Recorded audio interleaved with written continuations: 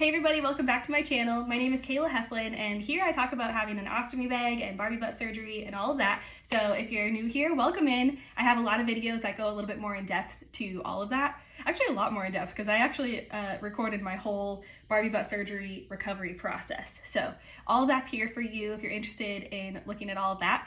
My most recent video I posted was about how my Barbie butt scar has healed. And so I feel like I've been healed pretty much for the last couple months. We are at 8 months post-surgery now, and I feel like physically where the surgery scar is and everything like that, everything is great. It's all healed up. I'm really grateful that everything healed well and I didn't have that many complications after surgery, but not everyone is so lucky. So definitely counting my blessings there for sure. But I feel like I'm still struggling mentally and emotionally with it all. Like I feel so glad that I ended up finally doing the surgery because, to be honest, this is the only way to cure ulcerative colitis.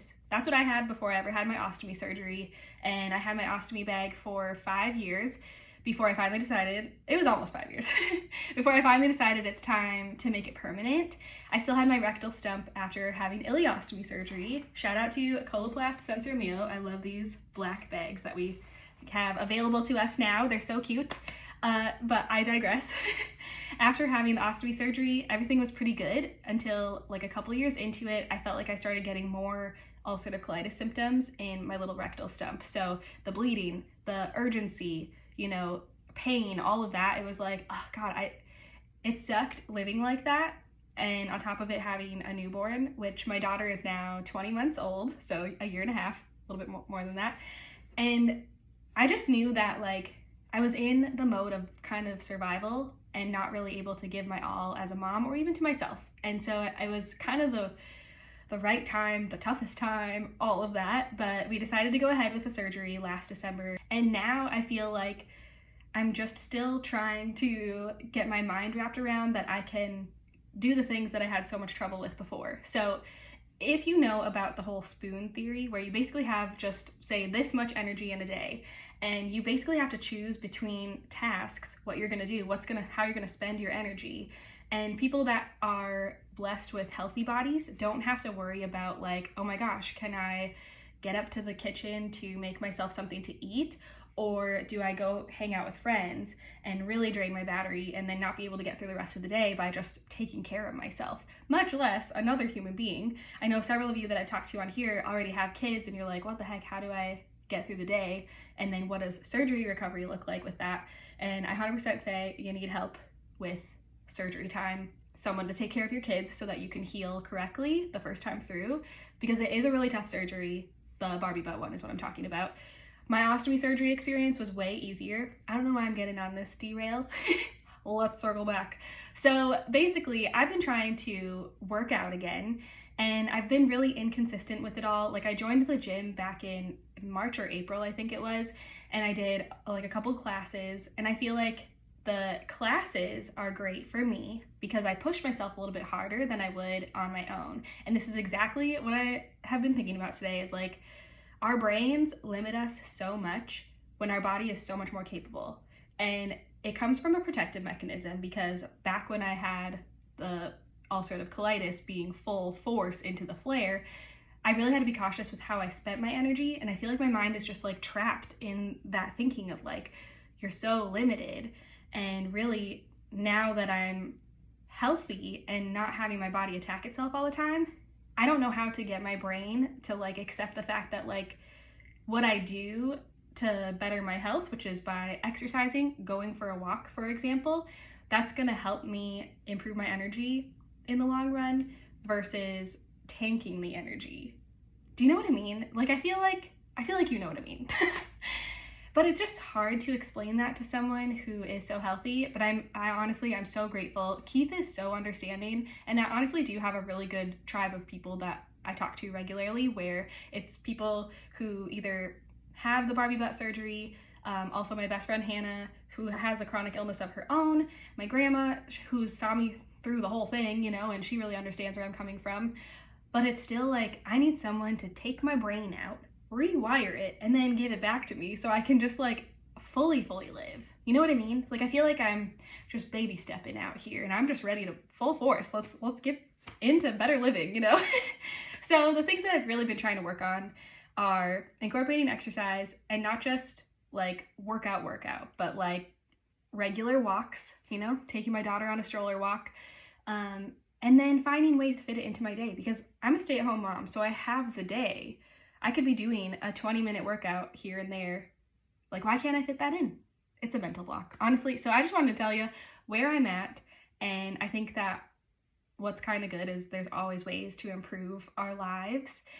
And I wanted to be really transparent and kind of share that with you, because if you're struggling with that same thing, like, you're not alone. And I know there's always things to be worked on, and I need to also reflect and be grateful for how far I've come, And it's hard. It's hard. Things that I'm really proud of, we're going to start with that too, right? Like, I'm going to start recognizing the things that I am really proud of myself for, and then ways that I want to improve. So, I'm really proud that I have took the time to learn new things this year.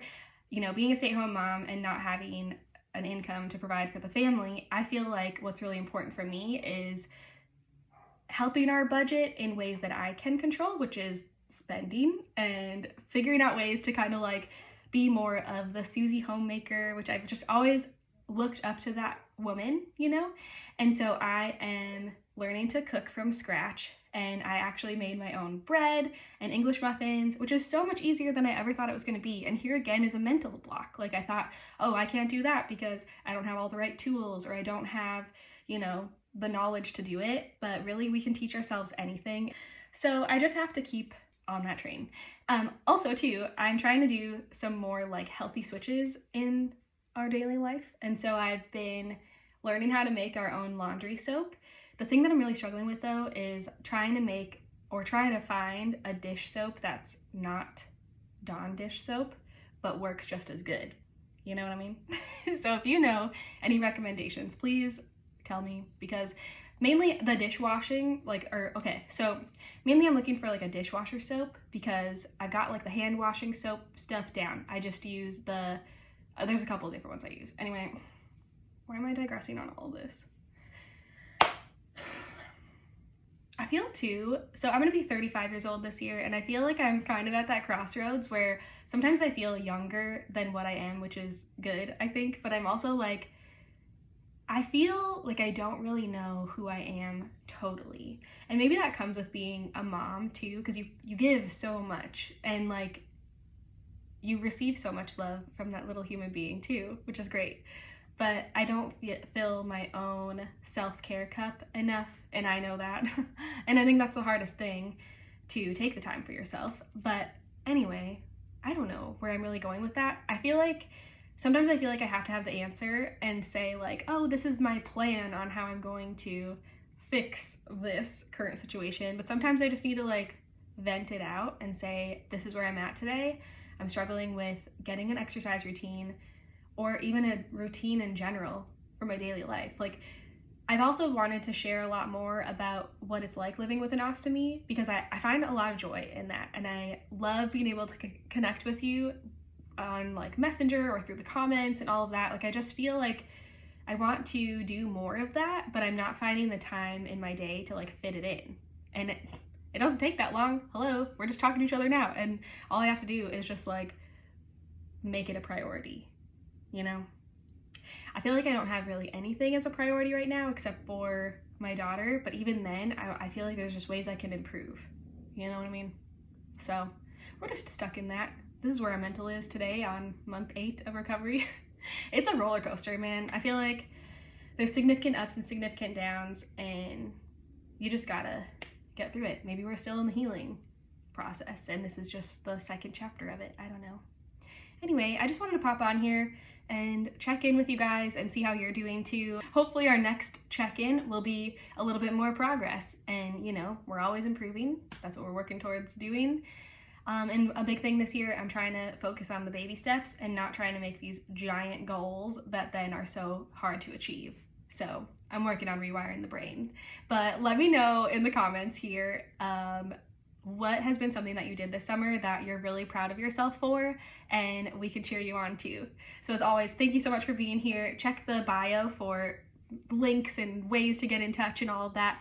And as always, thank you so much. I appreciate your comments, your likes, your shares, all of that. It's just been so fun to see our little friend group grow on here. And yeah, I hope you have a great day, and we'll see you in the next one. Bye.